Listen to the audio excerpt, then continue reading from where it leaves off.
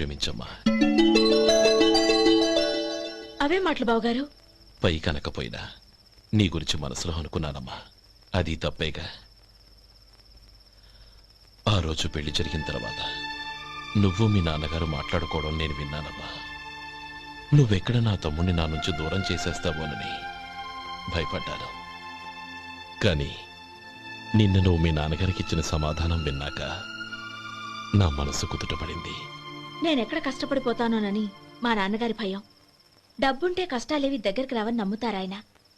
అసలు అవసరానికి మించిన డబ్బే అన్ని అనర్థాలకు కారణమని మా నాన్నగారు ఇంకా తెలుసుకోలేదు. ఆయన తృప్తి కోసం ఆ రోజు నేను సరే అన్నాను. శభాషమ్మా, చాలా గొప్ప మాట అన్నావు. మేము పాలో నీళ్ళో మాకు తెలియదు గాని నువ్వు మాత్రం పచ్చదరవేనమ్మా. నువ్వు మా ఇంటి కోడలిగా రావడం నిజంగా మా అందరి అదృష్టం. నిజమమ్మా. ఆ అదృష్టం మీది కాదు బావగారు, నాది. నేనెక్కడ బాధపడతానోనని నేను చేసిన రుచి పచిలేని కూరల్ని చాలా గొప్పగా ఉన్నాయని పొగిడారే, అది మీ అందరి సంస్కారం. అబ్బే అదేం లేదమ్మా, బానే ఉన్నాయే. ఆవంటే నేను తిన్నాను బావగారు, ఎందులోనూ ఉప్పు లేదు.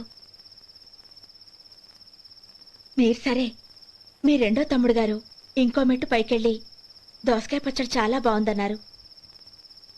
నిజమేగా?